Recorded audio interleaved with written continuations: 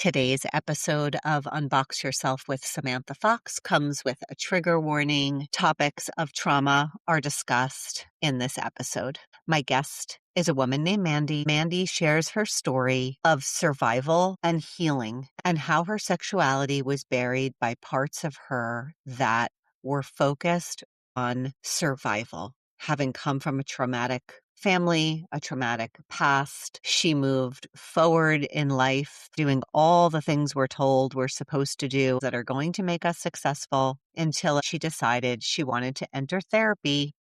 And upon entering therapy, started to discover her not straight sexuality, which then threatened her parts that were helping her survive. And today, Mandy shares her story of arriving at a place of self-love, calm, self-compassion, and a lot of courage. Thank you for spending this time with me on Unbox Yourself with Samantha Fox. If this episode resonated with you, share it with someone who needs to hear it. Don't forget to like, subscribe, and leave a review. It helps more folks find these conversations. If you're ready to unbox from something that's keeping you stuck, I would love to support you. You can find the application to the show at unboxyoursexuality.com. Let's stay connected. Find me on Instagram, TikTok, and YouTube at Lesbian Curiosity Coach. Give me a follow and join the conversation. Remember, we only have this one time through. Why not unbox yourself and let your true self shine in all its beautiful glory?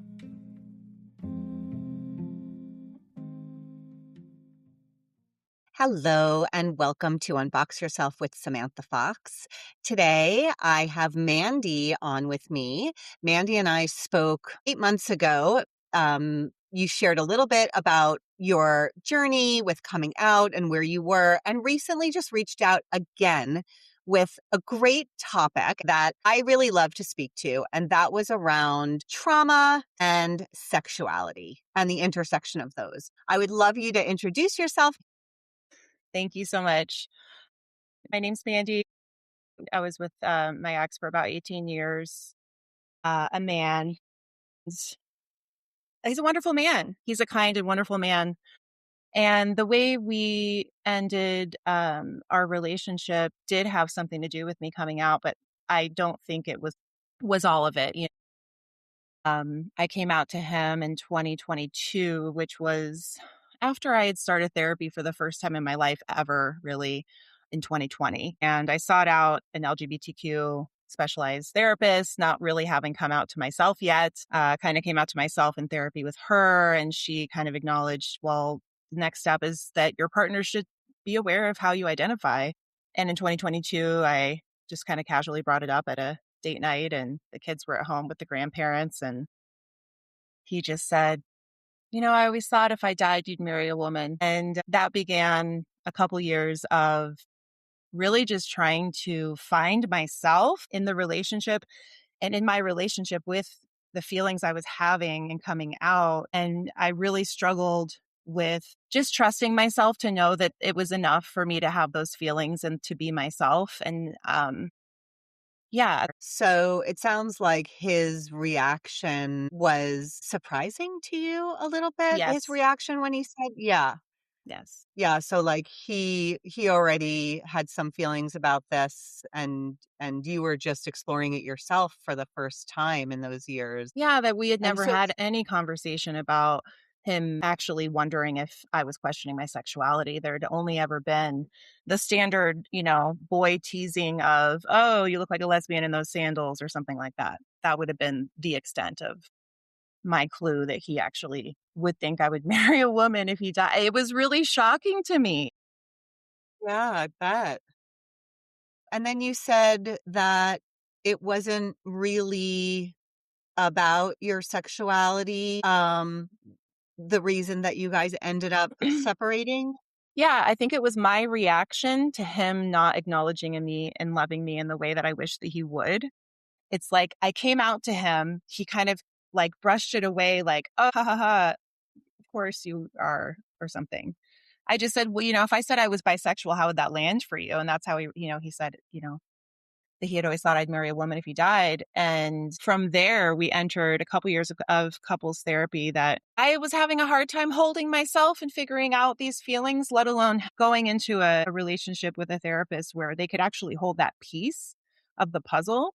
Because the way that I was showing up in that relationship had the complex PTSD kind of symptoms of being abrasive or being kind of like, I felt in fight or flight for the last couple of years of my marriage. I felt like I needed to defend myself. I felt that I was being more and more vulnerable with him and he was being more and more rejecting, where I was trying to like love myself and show up for myself and find queer community. It only became this like threat to him. So every time I would change the way I would dress or cut my hair or do something, at the end of the marriage, he was commenting on all of those really tangible things that to me felt so superficial. And so it ended up feeling like this recreation almost of my core wound of my father taking his own life when I was 11 years old and Mm, abandoning the family. I was saying it at the time in 2023, the year after I had come out to him. We had done a little bit of therapy. He wasn't able to communicate to me actually what he needed. He said, I just need you to be calm. And that just made me more angry. I need you to be calm. By the time 2023 came around, I said, I feel like an adolescent right now. I feel like I'm having a second adolescence. I'm actually letting these feelings in of being attracted to women and being honest with my husband about it. I'm not seeking out other relationships, but I'm having a lot of thoughts and fantasy and just like feelings. And it was also mixed with a lot of devastation because I didn't want to end my marriage. I wanted him to mm, be like, all right, Mandy, let's go to the 5K together. I love you. Like, oh yeah, my wife, she's bi. Like he was very uncomfortable with that, which seemed in stark contrast to how he presents himself to the world. So it was very confusing for me. yeah, that makes sense. Share with me a little bit about, I know you said over the last year you've been doing a lot more work with yourself. You're in a really different place now than you were even a year ago. Hmm. But I'm curious about this question about your trauma and sexuality, and what is it that you're kind of chewing on with this? When my dad died, my mom had a boyfriend and they did drugs. In my neighborhood, people got pregnant at a young age and were not protected. So I grew up in a way where I was navigating a system where I could show up with my own privilege of being a cute white girl and just go through life trying to seek power, which ended up being a lot of the times trying to find a man to help me feel safe or to fill that hole of I lost my dad, but I actually lost my mom too, or never really had her. So it's kind of hard to know and look back. I kind of became very independent at a young age. And I depended on these relationships with men. Usually, a lot of times, friends is somebody I would call and talk to for a long time. So when I met my husband and then we stayed together and we got married, we made a family. I had put him on such a high pedestal as far as not feeling equal to him. So I think that there was a lot of codependency and it was a natural fit. And he is, like I said, a kind and wonderful person, but also needed to be centered a lot. And I was happy to center him for a very long time. And it felt Mhm. like as soon as 2020 hit and I started having symptoms of I was 40, I had a 2 and a 4-year-old, I was a teacher, it was a global pandemic. I had a husband with a small business. So I'm navigating all these stresses and I start like being able to not speak up about my needs, basically, is what it comes down to. And so it started out before I even came out, and my sexuality was just like trying to find me, trying to find my needs and express them and then create boundaries. I was like, create boundaries with my husband? What does that even mean? How would I even do that? So I've been in a lot of therapy, somatic healing, lots of different ways of engaging with my healing. And I think that my background of my trauma prevented me from being able to just like show up as an adult in my life and say, you know what? This is not what I need. I need this. And be kind and loving through it. I had to like scrap my way out of it. But I didn't have to necessarily do that. But I didn't know another way yet. Yeah, that was how your emotional system learned how to do it. So it was doing it how it learned from ages ago, as opposed 100%. to doing it right, as opposed to doing it from your adult, adult woman, adult self, where yes, you have some things that are needs. Yes, you have some things that are wants. Those are also valid. Um, right? Not only your needs, but also your wants. And how do you talk about those? How do you put those out onto the table for conversation? Yeah. So, okay. So in the couples therapy dynamic, my husband being such a like the opposite end of being like so worried about what everybody else thinks all the time. That was one of the complaints I had was like, I feel like you worry about literally everybody except for me, that I have these needs or or the whatever, and that you're just more worried about what other people think. So in the couples therapy, that dynamic played out like really not in my favor because he was really seen as the more respectful one. I would communicate things in couples therapy in a way that was not my adult self, that was my acting out, hurt self. And Hmm. for better or worse, that was, pretty much the final straw was when we broke up with the couples therapist. And we were really trying for a long time. It's amazing to just make it work. But ultimately, I he made the decision to end the marriage. And I said, no, I don't want it. And I still have moments where I'm like, couldn't we have figured it out? But at the end of the day, we're not for each other in that romantic companion way.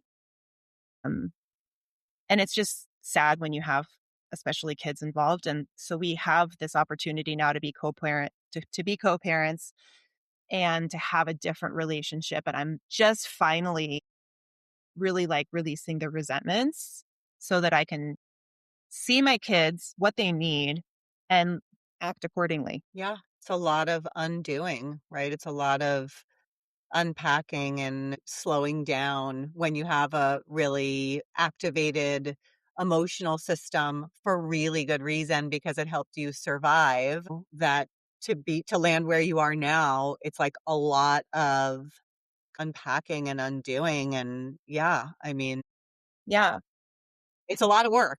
it's a lot of work. And my he was in therapy. I was in therapy. We were observing this as it was happening too. We read Oprah's book, What Happened to You? We're both in therapy. We're both in his therapist is, teaching him about trauma, which that's a whole nother question for me is like, how much are you going to therapy to talk about another person? That's kind of a symptom in my opinion. But when you're not focusing on yourself and where you are and what your piece is. And that was also seemed to be like a theme for me. But we learned a lot. And he would tell me that his therapist would tell him, yeah, Mandy's just revving at a 7 at all times, And I could feel that. And I can feel how I've healed my nervous system by being out of that relationship. And it's been a lot of work, but I am healing my nervous system so that I actually don't even know if I have access to that same level of aggravation that I was in. It was really uncomfortable for me and obviously for everybody around me. And I'm able to look back and hold myself with a little bit of compassion, hold other people with compassion for having experienced me in my not best, in my untrue self. That's not who I am, you know? But there was a lot of pain. It was my ex and the couples therapist and his therapist because they communicated. They were talking about, oh, is she bipolar? Does she have a personality disorder? And I really think that is my complex PTSD symptoms mixed with any other neurodivergence I have that Hmm. was easy to just, oh, she's the crazy lady. It's amazing how even when you're seeking out people and when you are people, like my ex is not, he's very aware, he's spiritual, he's what, he's kind, but like he was scared. He was really scared. And he did not want me to keep getting worse because he felt like he had no way of engaging with me to make it better. And I just felt like I just want you to love me. And he just kept being turned away by me showing up as a queer woman. That's it. Yeah. I mean, I'm sure that that was triggering for you on so many levels, including a very early abandonment level with your dad, and your mom. And my mom, yeah, and not seeing me and feeling misunderstood, Yeah, those feeling kinds of not seen, things. misunderstood, and Right. sort of glossed over, and then kind of finding this amazing guy who's so kind and loving and, smart and spiritual and all of the things that he was on the pedestal, having, what sounds like a pretty good relationship for a while until you came to this place where you started doing some deeper inner work and coming to terms with this reality, which is that you were not straight. I'm not hearing you Mhm. say I was gay. I'm hearing you say I realized I was not straight. Yeah. Yeah. Yeah, And and then, that's an ongoing journey, and then yeah, and him not knowing what that means or even how to at the end of the marriage, he was saying, "I married heterosexual Mandy Sue." And he literally gestured as if there were this separate person that existed outside of me, the person in front of him. And I said, yeah, That's false. That is me. I am that. Like I am still this person and I'm trying to reveal myself to you."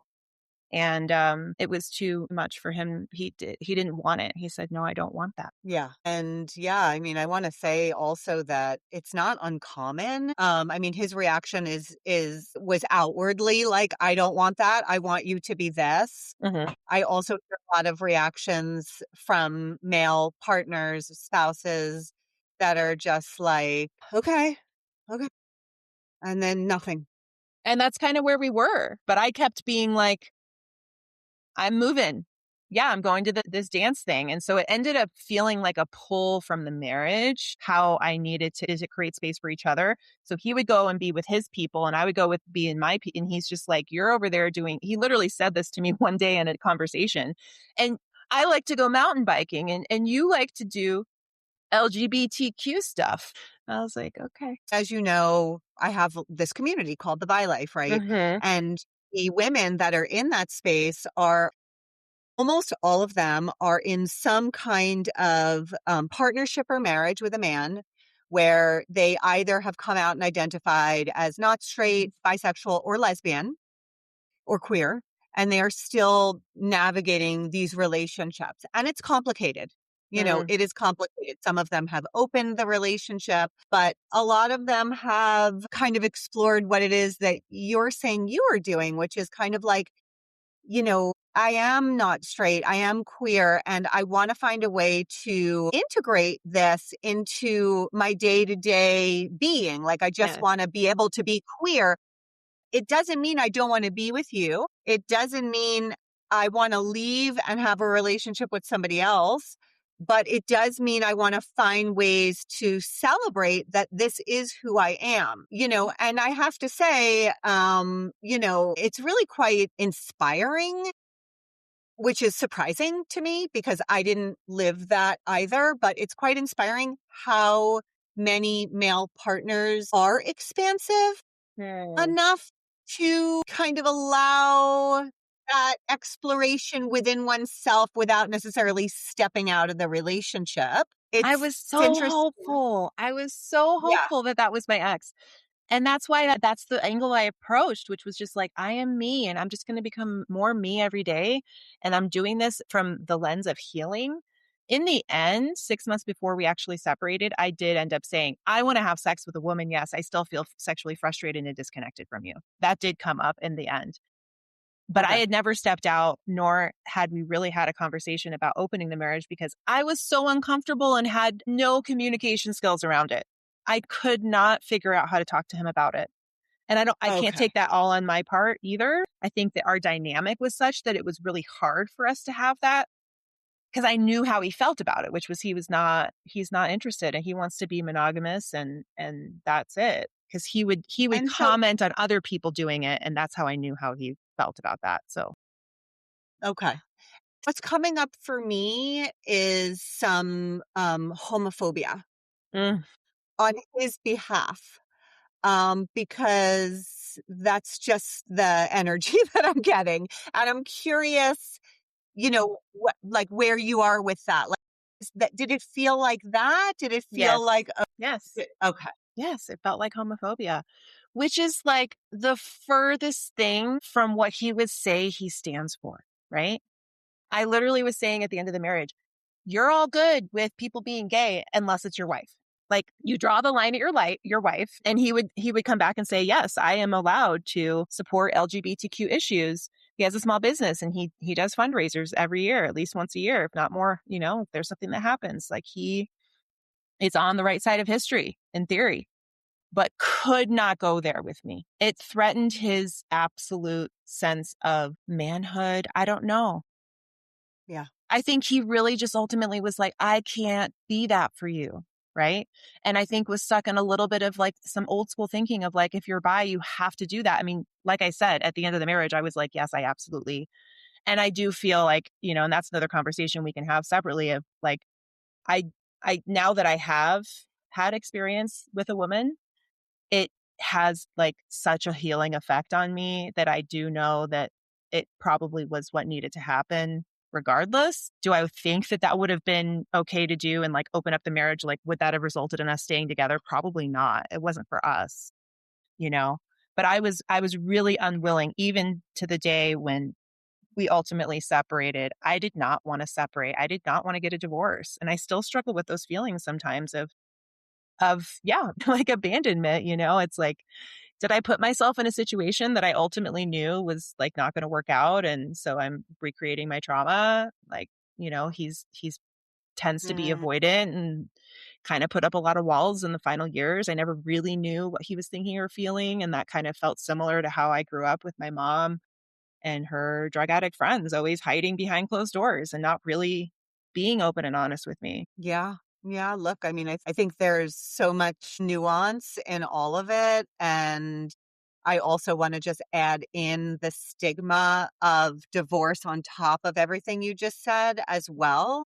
Mm, And just what society says about divorce, what we're told mm, about divorce. Um, so I mean, there's a lot of layers to that. yeah. And we do, look, we do recreate situations from early in life in our later relationships to try to kind of redo them right. Not consciously, Right. but our systems kind of are attracted to people that are familiar. And with the hope, though, to do some healing. Like it's always like, this time I won't be abandoned. Like I'm going to get this great person. And even though they're avoidant, with me, they're going to be less avoidant and they're actually going to choose me. And then I'm going to feel more healed from Mm, all of the things I lived through when I was younger. None of that is conscious. totally. It felt like that. Yeah. Yeah. So the healing that I've been doing in the past year has been in loving myself, but actually really loving myself and really showing up for myself and therefore are able to show up for my kids and just focusing on spending boring time with them, doing mom stuff, not pushing it, not trying to do too much, and they're doing amazing. So we're co-parenting in our own ways, but we're communicating enough that I think the kids feel great. We're going to have a little bit of time together. I struggle still with this concept of like, what is together as a family and how much or how little to do that? Because there needed to be a little bit of boundary around that. Because I think my ex really, he places a high value on people liking him and wanting everything to be okay. And that's not necessarily a bad thing, but it's a little bit kind of bypassing of the whole, the weight of a divorce and a separation.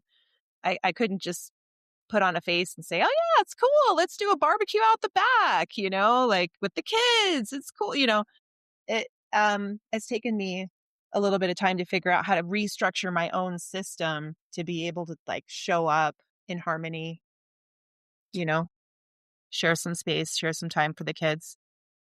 So, Yeah. And I mean, I'm hearing that from what you're sharing, it hasn't been all that long since you no, did.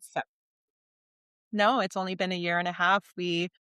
will be divorced officially a year in June. So yeah, it's very fresh. Yeah, no, I just want to say definitely more grace with yourself. I mean, a year and a half is, I mean, that's really short. Yeah. And this is all new and difficult on so many levels for so many reasons. Mm. And then there's your kids, which are a whole nother layer to it. There's your sexuality. I mean, there's like so much happening here. And a year and a half is 2 seconds. Yeah. Um, and and you don't know 5 years from now how this is gonna feel, and 10 years from now how this is gonna feel. And I've seen everything, from my own situation and how I am with my ex and his wife, and clients who are able to maintain friendships and even go on vacations with their exes, with their female partner and their ex's new partner. And so everything is possible, but just to really have a lot of grace with yourself around where you are now and what you need to do to maintain this, calmer nervous system that is quiet so you can be with the kids and kind of be a little boring and all of Yes. that. It's Just so great. yeah. Yeah, it's like it's amazing. It's It is. fantastic, you know? Yeah. It's such a gift. I've really been able to Yeah. show up as a much better mother, honestly, immediately. Yeah. Yeah. So, and I mean, what's kind of interesting is, your sexuality kind of came up as this piece that's created distance between the two of you to the point where like he just couldn't accept that. Uh, and also that while you thought you were relatively happy in the relationship, I also hear a lot of things that weren't really working so well for you. Yeah. And it all follows the timeline of me starting therapy in 2020. He would reference that in the couples therapist office and say, "Oh, when Mandy started therapy in 2020, that's when I really started to see the change," And it was almost like he was saying it in this lamented way of like, that's when she started feeling her gayness. And I know that's not what he meant necessarily, but and it also corresponds with my journey in healing codependency. And that very much follows the line of like, yeah, I couldn't center him anymore. I needed being centered. And he was resentful that I needed that. And yeah, it's okay. And he decided that that's not what he was willing to do. He didn't want to have a wife that identified as bi and who wanted to have sex with a woman. And that was his choice to be able to say, no, I'm done with this relationship. Yeah, I'm still working through my feelings of any real desire to want to be friendly with him. I do want to be friendly. Of course, he's the father of my children. And in a little bit more of a boundaried way than I think he's at times kind of presented, wanting. He just wants friendliness right away. And it's like, okay, give me a beat here. And Yeah. I Yeah. I am mean, friend like we haven't gone non-communication, but we didn't do a collaborative divorce. We each got a lawyer, so at the end of the day, you have a base level of not friendliness in that scenario. When I don't, yes. we don't 100% trust each other. And it was okay. It went really fast. He really just wanted to get past it, get it done before, the season started for his business. And okay. So it felt too fast for me. It felt traumatic the way that was part of why I couldn't just, I don't know. I think it all played out the way it had to. And now I'm grateful that I'm able to look back and say, oh, that was really hard. I can see why you were freaking out, why you were, revving at that high level of the fight or flight. But Yeah. everything is okay. Yeah. Everything is day by day. Okay. Yes. One day at Hmm. a time. Yeah. Yeah. You had mentioned earlier, Mandy, about your own internalized homophobia. Mm. And I'm just curious, are you aware of that having had an impact on it taking you till 2020 to go into therapy and start Hmm. exploring this? I think you said you didn't go in because of your sexuality, but you did seek out an LGBTQ therapist. So it was there, but it wasn't, it wasn't the Yeah. reason, but you wanted that. So Yeah, I'm just curious about, how you experienced your own internalized homophobia and what part that played in Mm. taking you till 2020. Well, yeah, I mean, any woman who grows up a little bit sporty, a little bit brave, a little bit outspoken, or not how maybe the typical female shows up, has had comments made to her about being lesbian. So I internalized at a young age that that's not something that I wanted to be associated with. Not because I knew anybody who was lesbian, but because it wasn't going to take me to that power line aligning with a male person in my life for my future, for whatever, making a family, whatever it is, getting married. And I just, I really did not grow up around any sort of queer culture. And I think the actual attraction to females has always been, I'm not attracted to my friends. I'm attracted to gay women, period. And that's how I would feel something, but I would push that down so fast that I wouldn't acknowledge it as being something to pay attention to. In fact, it Yes. would be something that I would pay attention to in order to squash. Right. And then the way I would feel early on in admitting to myself that I am bi, at very least, the feeling I had of rejection from my husband that I knew that prevented me from admitting it to myself. Absolutely. And I wanted to be like, oh, I have these amazing female friends. I have this, I have that. I'm in community in this way and that way. And it's just not the same. It's not the same as being able to sexually express yourself in relationship with another person. So that disconnection from my husband, once I did finally let those feelings in, it was like I let those feelings in, and then I let in the feelings of actually being sexualized at a very young age that was inappropriate, and those feelings of being unprotected, and then those feelings of shame around relationships I had had in the past with men that were very unhealthy. And then I have this husband of mine, although who is lovely, doesn't have he's not very present in that sexual encounter. It's like we were loving and kind, but like it was very like there wasn't eye contact. It wasn't, he didn't just reach out for me. It took a lot. And we worked through that a lot in couples therapy. And he was trying to like be better about just like coming over and putting his hands on my shoulders when he gets home from work and stuff like that. But I was really touch starved. I felt very touch starved always.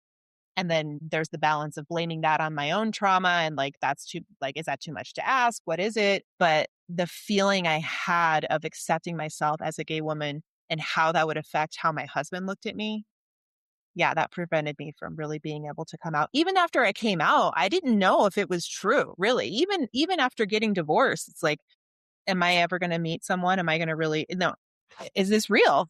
So still a part of you kind of gaslighting these feelings that are and have been real for a lifetime that would slowly rise up, not slowly, they would rise up to Right. consciousness and you would bat them back down, but still a part of you that gaslights you that, well, that's not, I mean, who knows even if that's real. Well, not currently, but definitely in 2022, when I came out, I was still in that stage.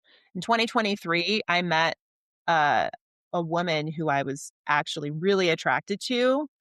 And that was like, even though we didn't have any kind of relationship, um, it still confirmed to me that I was like, yeah, there is something here that I don't think I can go throughout my life without exploring, like acceptance for. Um, and I didn't necessarily communicate it in those words to my husband at that exact moment because it was an experience. And the way I experienced it was a lot of grief, honestly, having those intense feelings of attraction coupled with absolute devastation in my heart and real emotional pain. Yeah, so complex, so many things happening at once. Yep. Yeah. Yeah. And today, in terms of not only accepting, but like embracing and like being good with who you are and, having your identity, where are you today with it? Well, immediately after separating, I went on a trip and I met a woman in Paris and we've been dating. And that's the short story. And I show up in community with other queer women. Like there's a queer women divorce group I'm a part of. I just do like little social things like poetry readings and stuff that's like so in alignment with who I am and so not something that my husband was into, you know? So that part feels really good that I'm able to um yeah, I'm in a relationship with someone who lives so far away from me, and that feels like the right fit for me right now. I know there's all different types of ways to show up in relationship, and people do long distance and live states away and probably see each other the same amount that we do, and or at least we did last year. It's a lot.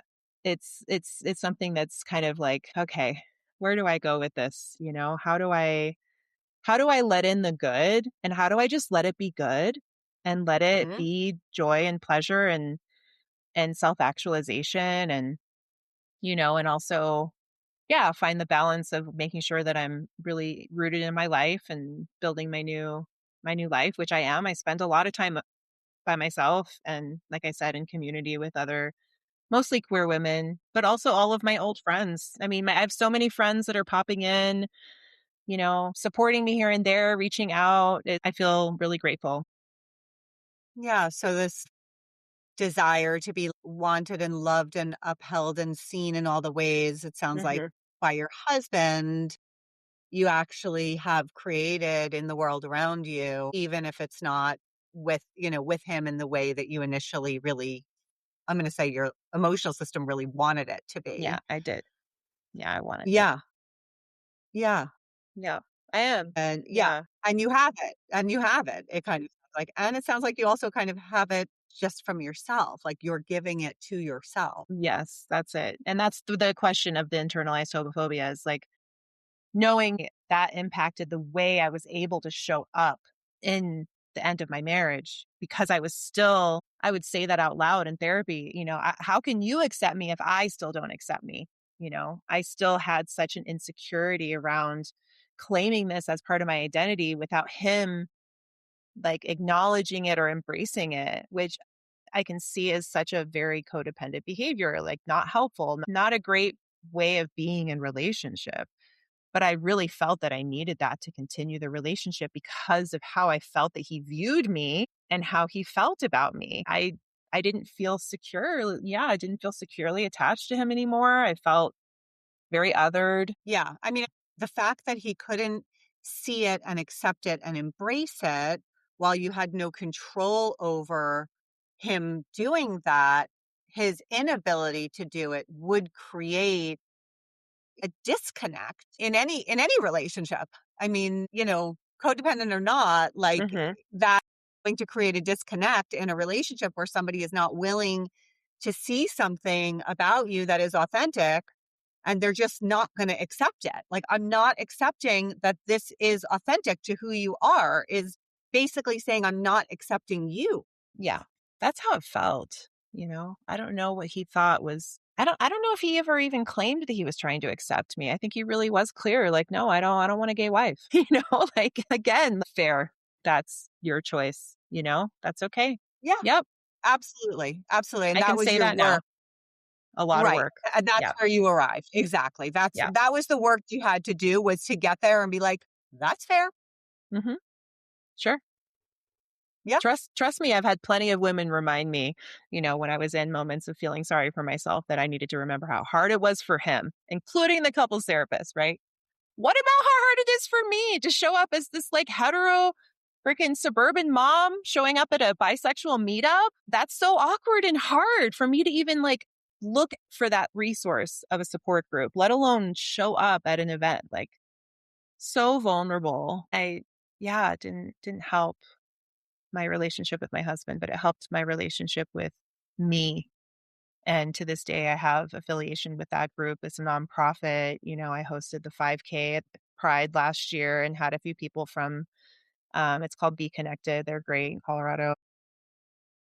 They have all kinds of events, right? But just that like assumption right away, you hear that word bisexual, be connected. Ooh, scary, meet up. She must be trying to go have sex with someone. immediately is the assumption. And so that was really hard to navigate. Yeah, that piece. When you say that immediately that was the assumption, whose assumption was that? Not only my ex, but it got reinforced in couples therapy. I can tell you how that played out Okay. if you want, but like, yeah. Okay. Yeah. Yeah. And I have, I've heard also from women in the bi life community who are so frustrated with the fact that, like, at the end of the day, like, the sex is the thing that people pay the most attention to Mhm. around this, where, I mean, there's a lot of identity that goes way beyond sex. Yes. Yes. I mean, that's one way of expressing, but there are a lot of others, Yes. and Yes. how this focus becomes on, you wanna have sex with the same gender, Mhm. That's what this is, and yeah, yeah, That made him spin out. Yep.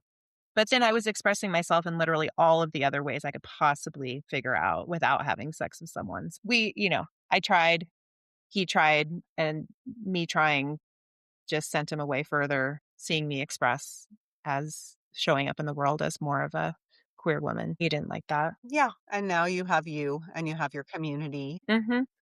Yep. and you have your relationship with your kids, Mhm. and you have yourself. So, Yes. it's a Yes. journey. I mean, it is certainly a journey. I also have early trauma. For me, my early trauma kept me from being able to access my sexuality until it, like, hammered me on the head. You know what I Pretty mean? With much. an actual person. But I had, just like you, I had the feelings come up, but they just didn't connect and hook into consciousness. Yeah. They all came up and then they just went back down again, Yeah. until one did hit consciousness. And when that one hit consciousness, my entire life blew up. Yeah. So, but the reason that none of them hit consciousness, I think trauma is layered into that, along with all of the societal, I don't have religious conditioning, but societal conditioning Mhm. around how women are valuable in the world, which is by being a wife, having a man, being a mother, being 100%. married, and all of these things that I never had any interest in doing ever. I never thought that those were things I wanted, but I did them because I was supposed to. So, Yep. we all have a journey and we all have a story of how we landed here. So many of us have trauma that has certainly kept us from being able to access our sexuality earlier. It's like I wasn't in a safe enough situation in my life until I was in that marriage to actually explore. Absolutely.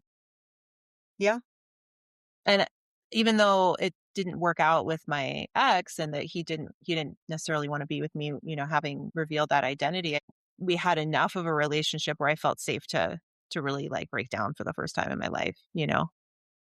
That's Yeah. the interesting thing is like actually feeling victimized and like processing my trauma and feeling like a victim for the first time in my life. Whereas like I never lived my life from the victim standpoint. I always I'm just going to surpass. I'm just going to, go for the gold and I'm going to achieve and I'm going to do all these things. And then reaching that stability in life, that moment where I was able to say, oh, I'm going to get some therapy. I'm going to let things fall through the cracks a little bit. I'm going to not please all the time, not be pleasing all the time. So that's where it began before it was really front and center that my sexuality was a piece of it. Yeah. Makes a lot of sense. Yeah. Well, I am so glad that you shared your story with my listeners, and I hope this feels somehow, like you're not alone Mm. in this at all. And just remember to have a lot of grace with yourself. And this is a journey, all Yeah. along. Even the relationship you're in, it's got its gifts, and just being in each day and what that day brings as its gift. And you don't need to know what's going to happen next year or Yes. 6 months from now. You can just Totally. really be in today. And, that's the opposite of survival mode, which you sure sound like you lived in for long enough.